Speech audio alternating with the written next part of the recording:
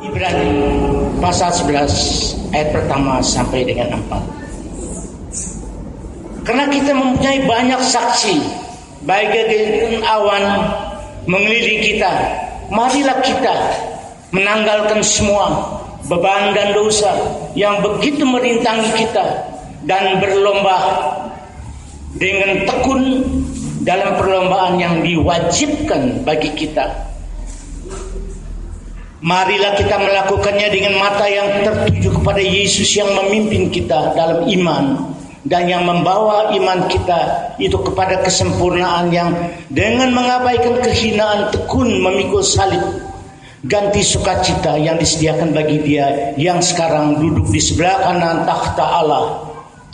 Ingatlah selalu akan Dia yang tekun menanggung bantahan dan yang hebat itu terhadap dirinya dari pihak orang-orang berdosa, supaya jangan kamu menjadi lemah dan putus asa. Dalam pergumulan kamu melawan dosa, kamu belum sampai mencucurkan darah. Demikian firman Tuhan. Saudara yang dikasihi Tuhan, dari pembacaan firman Tuhan yang barusan kita dengar, kata-kata perlombaan hidup. Paulus menggambarkan bahwa hidup ini, selama kita hidup di muka bumi ini, selama kita hidup di dunia ini, kita sesungguhnya di dalam perlombaan. Suatu perlombaan diibaratkan sebagai perlombaan sedang lari lintas alam. Begitu banyak medan yang harus kita lalui. Ada kalanya turun, ada kalanya naik. Batu berkerikil dan berliku-liku. Berlomba untuk mencapai garis finish, mencapai kemenangan. Saudara yang dikasihi Tuhan, bahwa perlombaan yang dimaksud adalah suatu ujian iman, suatu ujian daripada suatu kehidupan yang Allah janjikan. Itulah yang dimaksud dengan perlombaan. Banyak orang yang mau menghindar dari ikut menjadi peserta. Jelas Tuhan katakan wajib sifatnya, karena dikatakan harus mengikuti. Sebab orang yang tidak ikut berlomba tidak layak untuk bisa boleh menerima medali. Dia hanya banyak orang oleh karenanya dia hanya menjadi penonton. Ada juga orang yang berlari hanya setengah jalan. Karena apa? Karena ada beban, ada dosa. Demikian dikatakan, tanggalkan bebanmu, dosamu, supaya engkau layak. Mana orang mau ikut berlomba? Pas pakai sarung ya keserimpet aku. Nah, ikut berlomba tentu kita pakaian olahraga yang ringan dan baik yang bisa kita pakai. Nah, saudara kasih dalam Tuhan, yang memanggil untuk menjadi peserta pertandingan, kalau kita hanya menjadi penonton, itu adalah menjadi orang Kristen NATO. No action, talk only. Ngomong aja, tapi dia tidak berbicara. Keimanan dia lakukan dari suatu perbuatannya. Itu namanya ikut perlombaan. Dan apalagi yang penonton hanya dapat menilai, tapi dia sendiri tidak melakukan hal. Tapi Tuhan tidak menghendaki itu. Dia ingat wajib hukumnya. Kenapa? Kalau kita tidak ikut di dalam perlombaan itu, kita tidak mungkin akan memperoleh medali. Apa yang dimaksud dengan medali? Yaitu mahkota kehidupan. Saudara yang dikasihi Tuhan. Nah, tapi dikatakan dalam firman Tuhan tadi, bahwa karena kita begitu banyak saksi-saksi, bagaikan awan yang melangi kita. Kata saksi-saksi di sini, kalau tadi saya berbicara, ini adalah suatu perlombaan iman. Suatu perlombaan menyangkut yang masalah kehidupan. Tapi dikatakan bahwa sepanjang perlombaan itu kita akan menghadapi banyak hambatan. Yaitu menjadi beban-beban dan dosa yang akan menggandrungi kita, yang membuat kita menjadi tidak sampai. Saudara dikasihi di dalam Tuhan, kalau tadi dikatakan ada awan saksi-saksi seperti awan, itu dimaksudkan, itu menunjuk kepada ayat yang ke-11. Kalau lihat tadi ayat yang ke-12, di situ kita menunjuk beberapa tokoh Alkitab, tokoh-tokoh orang yang sudah berhasil melalui suatu proses perlombaan dan memenangkan perlombaan itu dengan luar biasa dan gilang gemilang. Yaitu antara lain, satu, Abraham. Contoh dari sekian banyak, kita ambil contoh Abraham. Abraham ini hebat. Mengapa ia menjadi ambil contoh? Karena iman Abraham itu yang mau dipakai bapak dari segala bangsa, bahkan orang kita katakan bapak dari segala beriman. Iman Abraham adalah iman yang taat melakukan kehendak Allah. Taat melakukan kehendak tanpa syarat. Nah, kalau kita mau menengok ke belakang, mengapa ia menjadi panutan yang sedemikian? Sehingga kita boleh melihat bagaimana sepak terjang perilaku di dalam menjalankan kehendak Tuhan. Kalau kita kembali melihat, saya pikir kita sudah tahu. Ketika Allah memerintahkan dia, Abraham, berangkatlah engkau ke tempat yang akan kutujukan kemudian. Jadi nggak tahu kemana, pergi aja. Ya, nanti dia berpikir. Padahal siapakah Abraham pada zamannya? Dia adalah seorang konglomerat kaya raya. Dia diam di Ur Kasdim, suatu negeri metropolis pada zamannya, seperti metropolitan lah kalau di Jakarta. Berangkat, dan pada era zamannya semua orang menyembah patung. Allah berbicara, berangkatlah. Itu mendapat satu tantangan yang keras dari seluruh kerabat yang ada pada dia, bahkan bapaknya sendiri, ayahnya. Haram. Aneh-aneh kamu dia.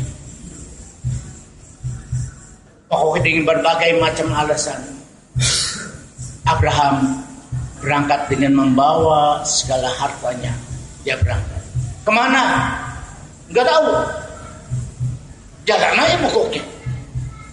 Saya katakan, dia taat melakukan perintah Allah, tanpa tawar-menawar, tanpa menanya. Kalau kita disuruh ya, mau mana?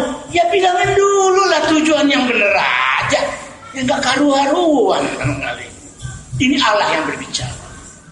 Dia mengimani, dia tunduk. Dan pada saat itu belum ada hukum Taurat, belum ada apa yang harus bagaimana. Tidak tahu. Dia hanya mendengar Allah berbicara langsung. Tapi dia bisa tahan. Iman Abraham. Dan kemudian kita juga tahu bagaimana iman Abraham ini yang sangat luar biasa boleh menjadi panutan. Allah menjanjikan bahwa melalui Abraham dan nanti dari keturunannya akan dilahirkan seorang yang menjadi bapak dari segala bangsa, yang akan memenuhi bumi ini. Ia seperti banyak, seperti bintang di langit, pasir di pantai. Ya, dia terima itu janji Allah. Tunggu berpuluh-puluh tahun, sampai udah nenek si Sarah, si Abraham udah umurnya cepet ratus. Sarah jatuh ketidaksabaran sehingga melahirkan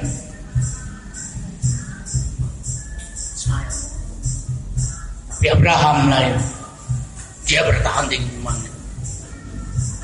Lahirlah Ishak, anak yang dijanjikan Allah. Suatu kelar anak perjanjian yang dilahirkan, yang ditunggu-tunggu dan janji Allahnya. Ketika ini perlu saya sedikit mengingatkan untuk menunjukkan bagaimana Abraham, anak yang sudah mulai gede, umur belasan tahun, kecil begitu, anak yang ditunggu dari dulu. Waduh, begitu mengasihi bapaknya. Tiap hari kerjaannya hanya mainin anaknya aja itu. Ya. Begitu dia mengasihi. Tuhan Allah melihat. Allah melihat ini udah ada yang bergeser. Kasihnya sudah mulai beralih. Hatinya sudah berbalik kepada anaknya, hasil pemberian Allah itu sendiri. Ini gak beres. Tuhan gak mau. Hai Abraham, serahkan anakmu, jadikan korban bagiku. Perintah Tuhan seperti petir di tengah hari. Kita anak sakit aja udah berbabak belur ya mikirinnya. Gimana? Anak satu-satunya yang ditungguin puluhan tahun yang sedang lucu-lucunya. Tuhan bilang, serahkan. Apa yang terjadi? Saya yakin nggak tidur. Dia bergumul dengan keadaan. Tapi dia menang. Bukan bohongan dia bohong-bohongin Tuhan. Kita bawa aja dia. Nanti juga enggak. Memang bisa dibawa. Ketika pisau yang tajam itu sudah sampai di rengga, stop, cukup Abraham. Terpujilah engkau dibenarkan kena perbuatan. Jangan dirubah ini. Kata perbuatan di sini bukan perbuatan kita diselamatkan. Karena iman dia melakukan perbuatan itu. Itu iman. Kita banyak. Iman kita baru hebat kalau kita di dalam keadaan yang bagaimana. Kalau keadaan kita baik. Kalau keadaan kita apa yang kita bilang. Oh kita sudah berbuat. Coba kalau kita sudah beriman. Ada satu cerita, ini satu kisah nyata. Tuhan Allah berbicara itu adalah satu perintah dan kehendak Allah. Kalau kita mau terjemahkan yang lebih tepat, kita tidak mengenal hukum Taurat, kita mengenal hukum Allah. Hukum Taurat hanya berlaku bagi bangsa Israel pada era zaman perjanjian. Ada kisah seorang wanita. Dia adalah seorang pelayan gereja. Dia belum menikah. Dia ingin bagaimana orang lain pun mau menikah. Intinya dia ingin mencari jodoh untuk mendapat jodoh. Dia berdoa. Dia bergumul. Tiba waktunya lah. Dia bertemu dengan seorang pria yang kebenaran luar biasa. Dia adalah seorang hamba Tuhan yang masih bujangan. Ikatlah perkawinan. Tapi menjelang perkawinan berlangsung sekian lama, setelah dia mempunyai seorang anak, goncangan di dalam kehidupan rumah tangganya sudah mulai ada. Terus memanjang. Ya. Ada yang haram. Sampai si wanita ini berpikir, si ibu, Tuhan, inikah yang terjadi di dalam rumah tangga saya? Bukankah yang mengkomplain seperti ini? Saya sudah berdoa. Saya sudah bergumul Tuhan. Kenapa kok ini bisa terjadi? Mendengar, jadi sepertinya suami laki-laki yang saya jadikan suami sekarang ini kelihatannya bukan jodoh dari Tuhan. Sedangkan Tuhan berkata, dan semua kita juga tahu, kematian jodoh adalah di tangan Tuhan. Dari kisah ini saya mau berbicara tentang kehendak Allah. Ya, kehendak Allah. Apakah itu kehendak Allah? Allah jadi ini bukan jodoh kena Tuhan yang sudah menjodohkan, sehingga harus berpisah. Lalu Tuhan yang disalahkan. Ini banyak orang yang salah mengerti. Kalau kita mau bertanya, apa sih standar ukuran kehendak Allah bagi diri kita, bagi keluarga kita, bagi bisnis kita? Apa yang menjadi ukuran? Padahal kita sudah berdoa, kita sudah bergumul di dalam Allah dan sungguh-sungguh dan benar. Tetapi kenapa terjadi di luar apa yang kita harapkan? Saudara, satu hal yang kita harus tahu, kehendak Allah tidak selalu jalan tol mulus dan tidak ada satu masalah. Itu ingat. Itu hukum paten. Tidak ada jalan mulus tanpa ada hal. Jalan Tuhan, kehendak Tuhan selalu melalui satu proses. Ya. Jadi keliru kalau menjadi orang Kristen nanti enak, bebas hambatan, segala sesuatu terjadi, semua mujizat boleh terjadi. Perlu diluruskan. Efesus 5 ayat yang ke-17, demikian firman Tuhan. Efesus 5 ayat 17. Sebab itu janganlah kamu bodoh, tetapi usahakanlah supaya kamu mengerti kehendak Tuhan. Kehendak Tuhan. Waduh, kehendak Tuhan tidak statis. Kehendak Tuhan dinamis. Kehendak Tuhan haruslah ditafsirkan. Tidak ada orang begini, oh kita mau cari kehendak Tuhan gampang. Buka aja firman Tuhan hari ini, apa ya Tuhan mau berbicara saya ya. Aduh, emang dukun ya? Gak bisa begitu. Atau orang berbicara. Tidak ada salah juga benar. Mari kita berdoa, kita minta aja. Betul. Itu memang wajib hukum. Tetapi ingat, kehendak Tuhan dinyatakan di dalam firman Tuhan adalah bersifat perintah. Perintah. Pelaksananya jangan digantungin dong. Misalkan Abraham, berangkatlah engkau pergi ke satu negeri yang akan kutunjukkan kemudian. Tuhan nggak pernah kasih nih mapnya, road mapnya, jalannya nanti kamu nanti. Oh enggak, jalan sendiri, cari sendiri.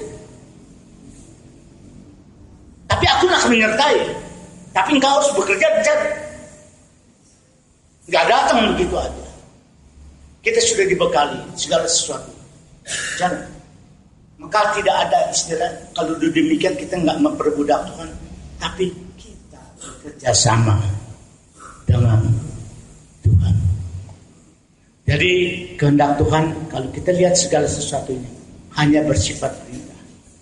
Kalau Tuhan bilang kita kadi, kita sudah jodoh kita Tuhan, apa? Engkau tidak melakukan, engkau pikir perjalanan kehidupan keluarga, ke perkawinan semuanya berjalan mulus. Tidak begitu. Ada sesuatu yang harus kita kerjakan. Ada sesuatu yang menjadi rintang yang kita harus atasi. Mungkin karakter kita yang kurang beres, ya, enak di waduk, enak dari itu juga kita bikin dia enak-enak. Saya di baru nikah udah kawin emas nih. Ya berantem mah bisa aja terjadi. Nah cuci kembali ada aja.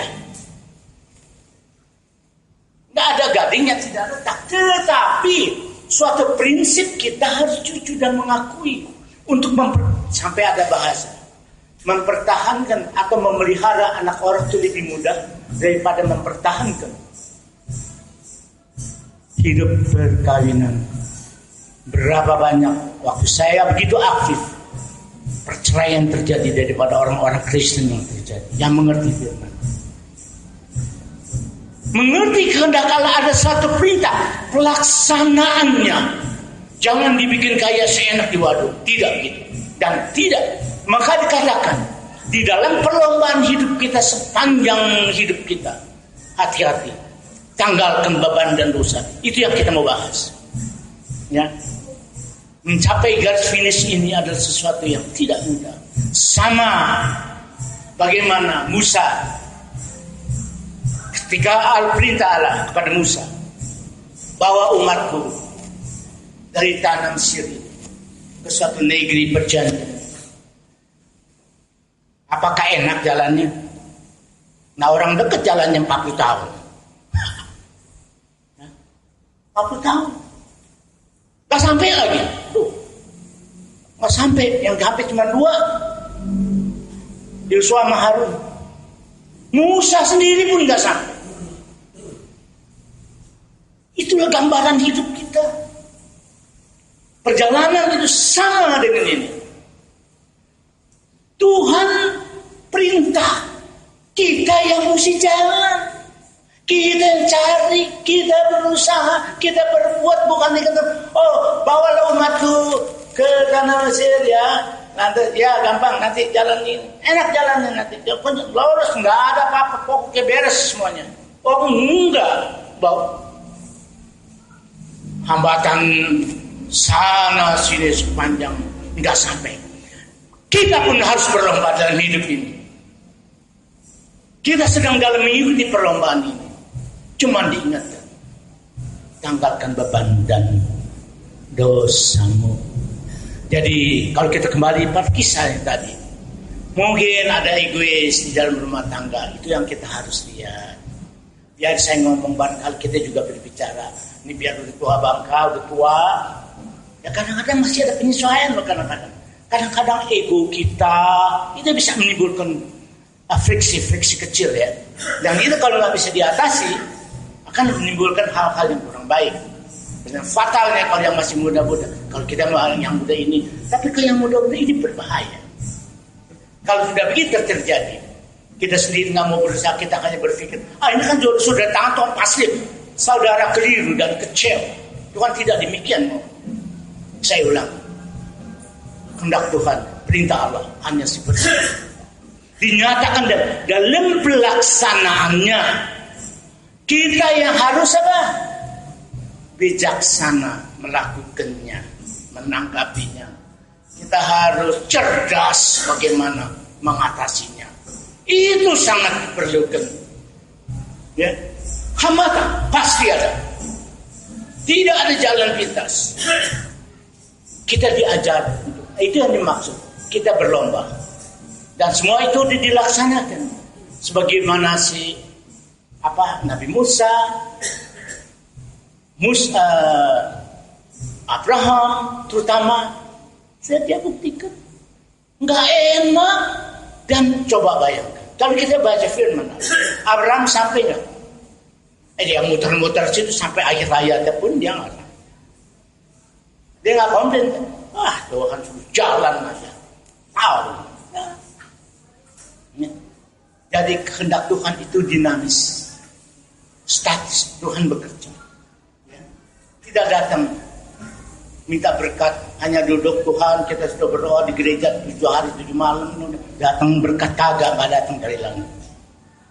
Saudara berusaha dengan sekuat tenaga, ingin jujur dan baik, Tuhan berkati. Itu yang terjadi. Itu namanya kehendak Allah. Bukan kehendak Allah datangnya dari tangan.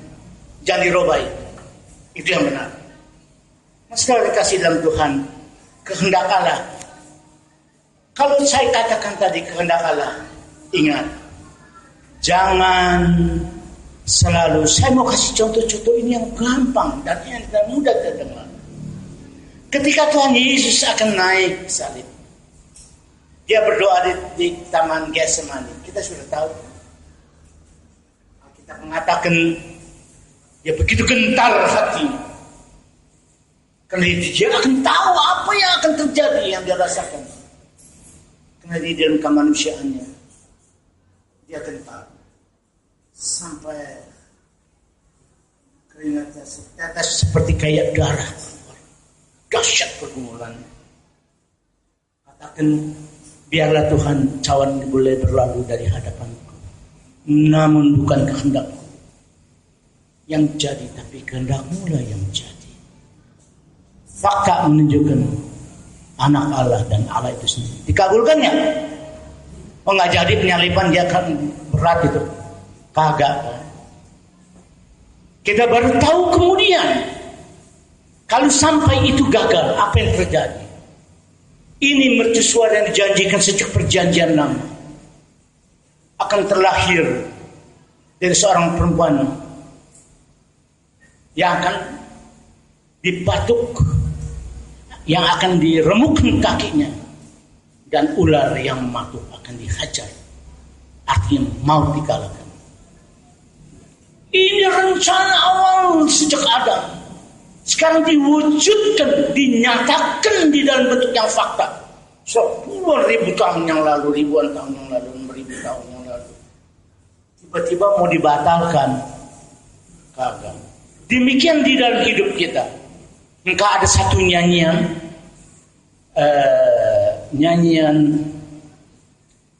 yang mengatakan kadang-kadang kita tidak tahu apa rencana Allah. Kita harus mengalami segitu banyak penderitaan dan kesakitan.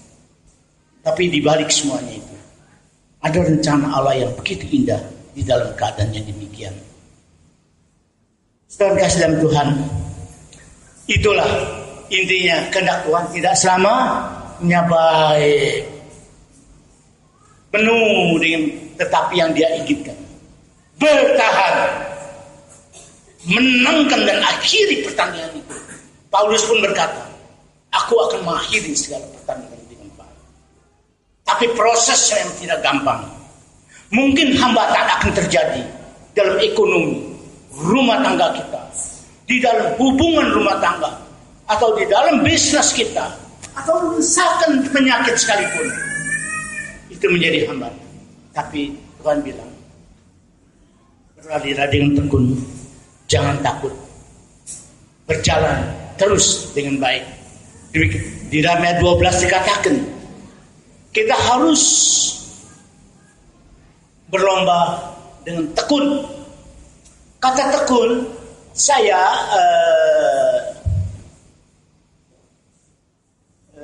mengerti sebagai sesuatu yang apa ya, berlomba dengan tekun. Kita harus serius, gigih, penuh semangat, tekad yang bulat.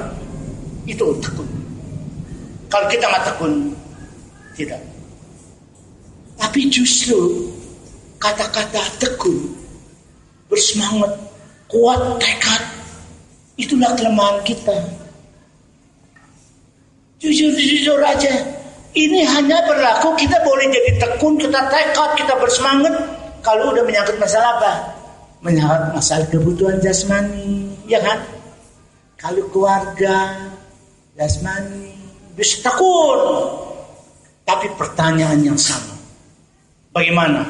Apa kita juga bertekun dalam membangun iman kita? Itu satu hal yang kita suka remehkan. Kita hanya bicara perkara-perkara yang di bawah. Kita sering tidak bertekun. Tuhan ingatkan, hati-hati, jangan terbawa oleh keadaan yang demikian.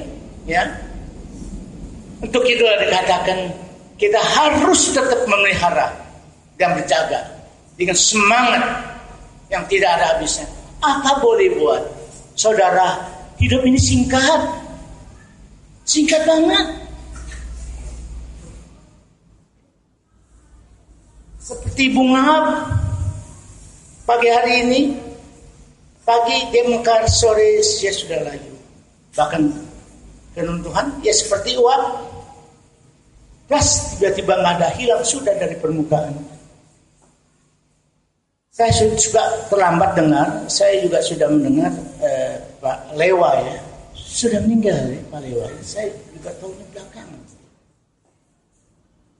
Saudara tahu barangkali ya Pak Lewa itu. Banyak, tapi nggak aneh lah.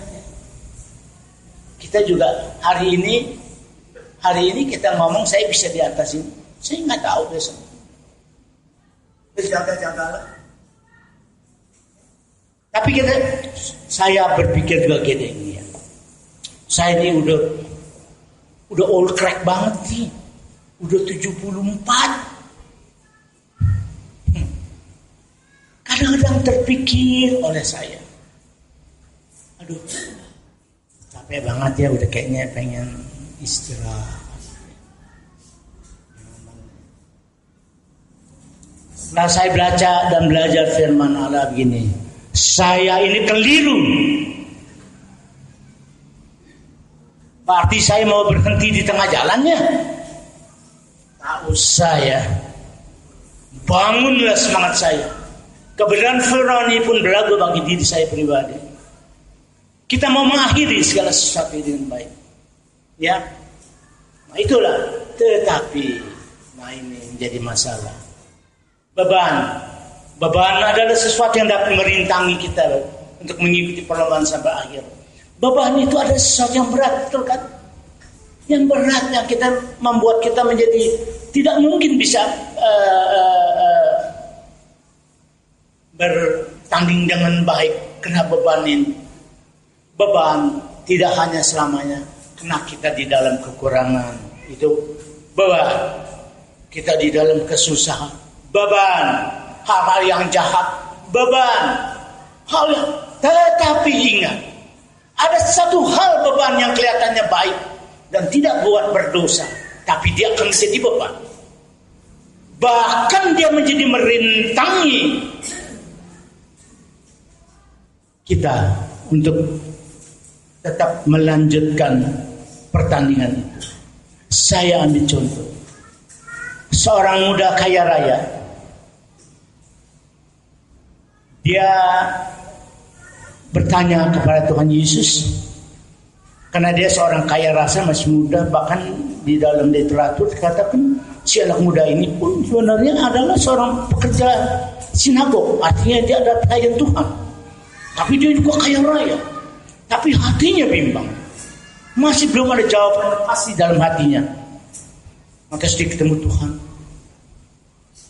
Tuhan, bagaimana sih syarat untuk masuk di dalam kerajaan surga? Dan bertanya kembali, apakah engkau sudah melakukan hukum Taurat? Oh sudah, semuanya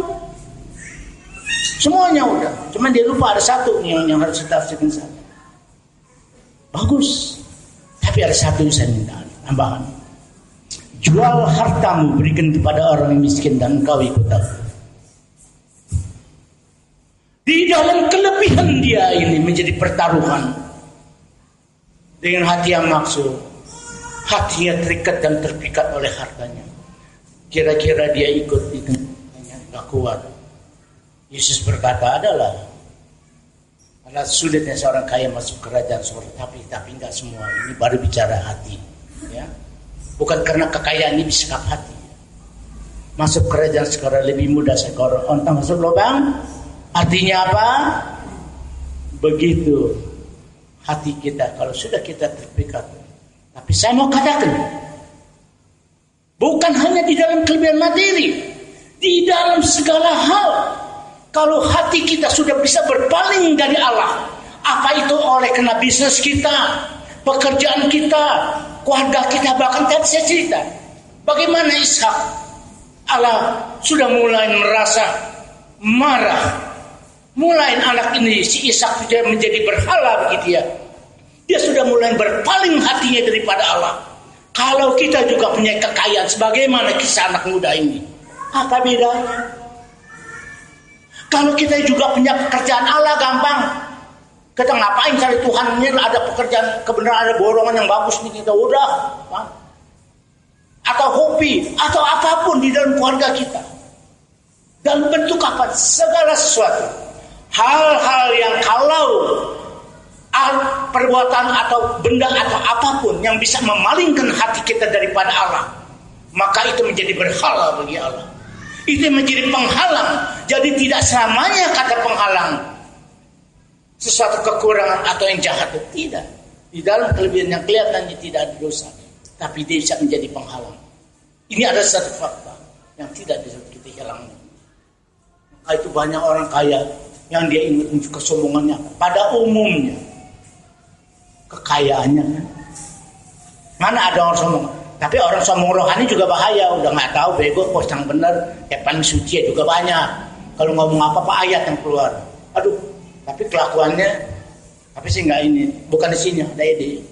Banyak Pak Gading. Ya.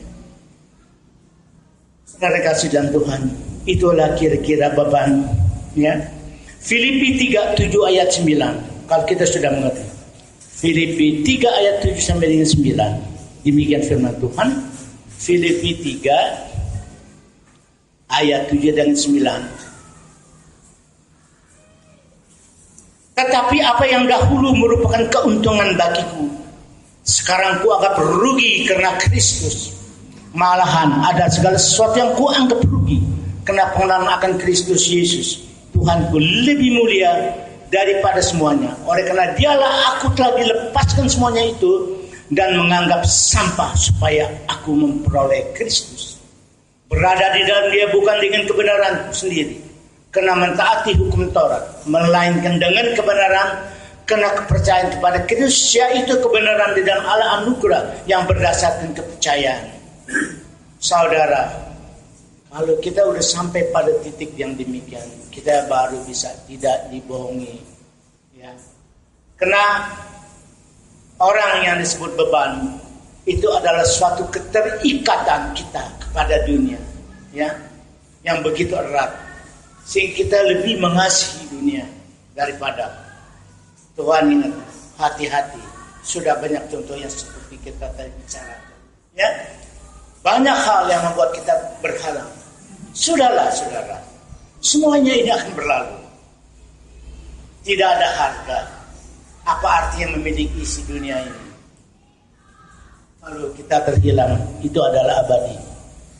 Hal-hal jangan diremehkan. Dan terus yang muda juga bilang, itu mah bicara orang-orang tua lah. Seperti bapak itu yang sedang ngomong, ketua yang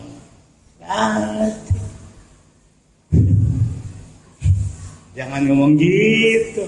Ya, semuanya berjaga-jaga. Dia tidak mau usia umur. Ya, kita seperti ini kan.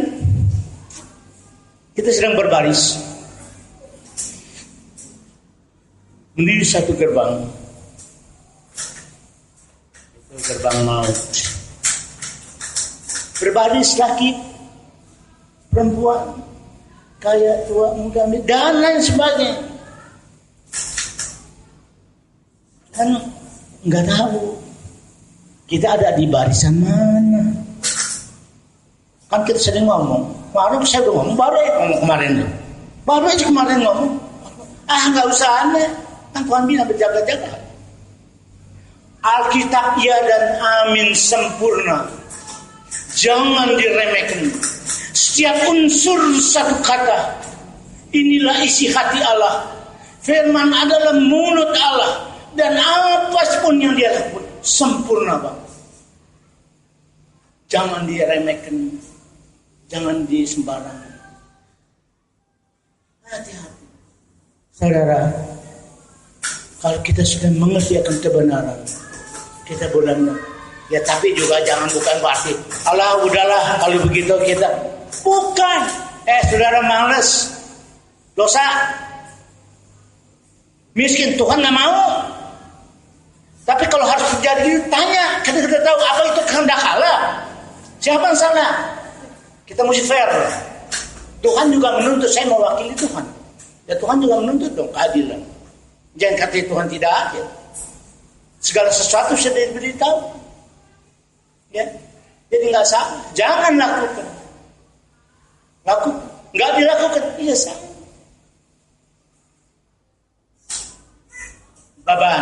Beban itulah yang harus kita singkirkan. Kalau kita sudah bisa masuk di dalam situasi yang demikian, maka beban itu sudah lebih ringan lagi dalam hidup kita.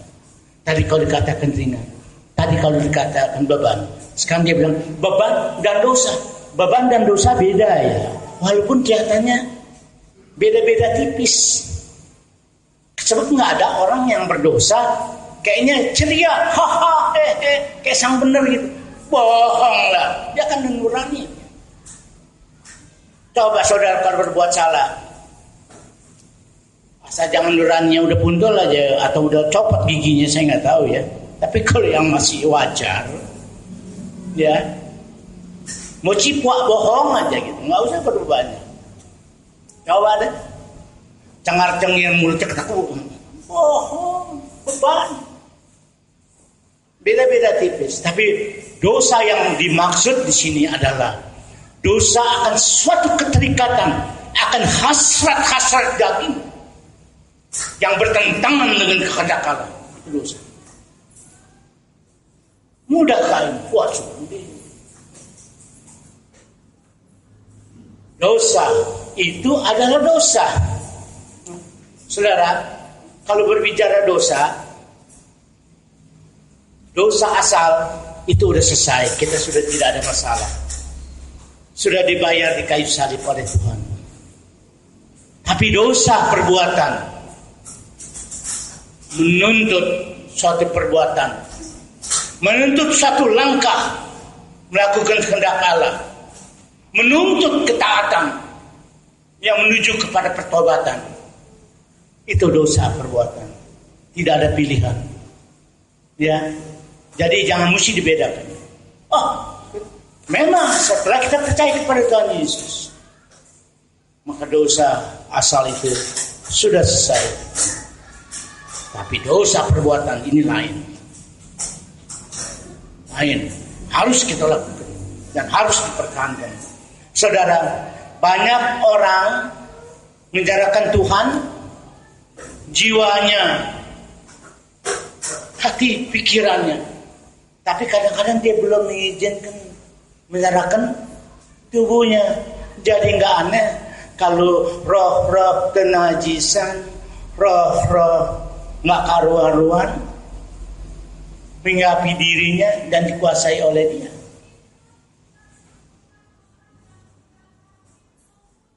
Dipisah-pisah gitu. Ya, kita mau belajar ya. Adam dan Hawa gagal di dalam mengikuti pertandingan karena ia jatuh kan. Tapi Adam yang kedua yaitu Yesus Kristus, dia sudah berhasil secara gilang gemilang. Kita tahu bagaimana percobaan itu datang di padang gurun, percobaan dari iblis, baik jasmani maupun rohani, baik dari segala kekuatan, dia bisa atasi. Tuhan sudah digambarkan, firman ini lengkap. Berulang-ulang dikasih contoh dulu, nggak ngomong, dia buktikan dulu pengalamannya, buktiin dulu, baru dia mau berbicara kebenaran itu. Biasa, dan dia berhasil. Kita tinggal sekarang bagaimana? Karenanya diingatkan, kalau kita mau berhasil menuju perlombaan itu, kalau berlari jangan suka nengok ke belakang. Dikatakan oleh karenanya mata kita harus tertuju langsung kepada Yesus, penyerahan total kepada Dia. Jangan ke kiri ke kanan, apalagi belok ke belakang, keserimpet sembari lari nengok belakang seperti istri Lot. Istri Lot kan begitu, kakinya jalan ke depan, kepala, mata, hati ke belakang kan? Artinya apa? Mau jadi orang Kristen, mau ikut Kristus, tapi sifat lamanya, kelakuan lamanya nggak mau berubah. Mau ikut Tuhan tapi dukun tetap di bawah. Ya nggak bisa, kita nggak bisa menyembah dua Tuhan. Ya nggak bisa begitu. Jadi kita harus tertuju dengan baik. Nah, agar kita dapat memenangkan perlombaan itu, kita benar-benar mau menyerahkan hati, pikiran kita, kuatkan kita, supaya kita bisa mencapai garis finish. Saudara mau? Semua pasti mau. Harus kita akui, untuk melakukan dan mengalahkan beban dan dosa ini adalah sesuatu yang tidak mudah. Mudah diucap, bisa Ini pun pergumulan bagi kita semua. Jangan sombong rohani atau menipu. Ini sesuatu yang sangat-sangat berat. Kalau berat, apa nggak bisa? Ya bisa. Modalnya apa? Modalnya adalah maukah kita dengan kesungguhan hati kita? Kita mau berkata, aku mau Tuhan. Saya lemah Tuhan. Kami lemah. Kami nggak kekuatan. Tuhan bilang nggak usah ngomong, kau tahu. Sekarang apa? Berikan saya kemampuan dan kekuatan. Pasti bisa. Amin. Mari, saudara. Mari kita boleh belajar. Ini menjadi suatu peringatan sekali akan kita. Ini benar-benar menguatkan saya juga, membangkitkan saya. Saya setelah renung ini sama. Jadi Tuhan berulang kali mau mengingatkan bahwa kita sesungguhnya lagi dalam situasi ikut perlombaan itu. Kita ada di dalam apa? Ada di dalam zaman Musa, seperti kita ikut adalah orang yang dikeluarkan dari tanah Mesir, yang sedang menuju di dalam perjalanan padang gurun. Itu kita. Apa artinya padang gurun? Apa artinya Mesir? Dikeluarkan dan dibebaskan dari, arti kita yang sudah dibebaskan dari kutuk dosa itu sedang dibawa. Dan kita ini, kita hati-hati. Begitu banyak rintangan dan hambatan yang akan menghalangi kita. Tapi kalau kita mata kita tertuju, kita kuat di dalam ini, maka disebut ujian iman kita. Dari dalam mengaruhi itu, kita pasti akan berhasil. Amin. Kita naikkan satu pujian. Satu pujian, indah rencanamu. Satu pujian yang boleh mengingatkan kita betapa segala masa lalu kita tidak tahu banyak itu rintangan, tapi ada satu rencana yang indah di balik.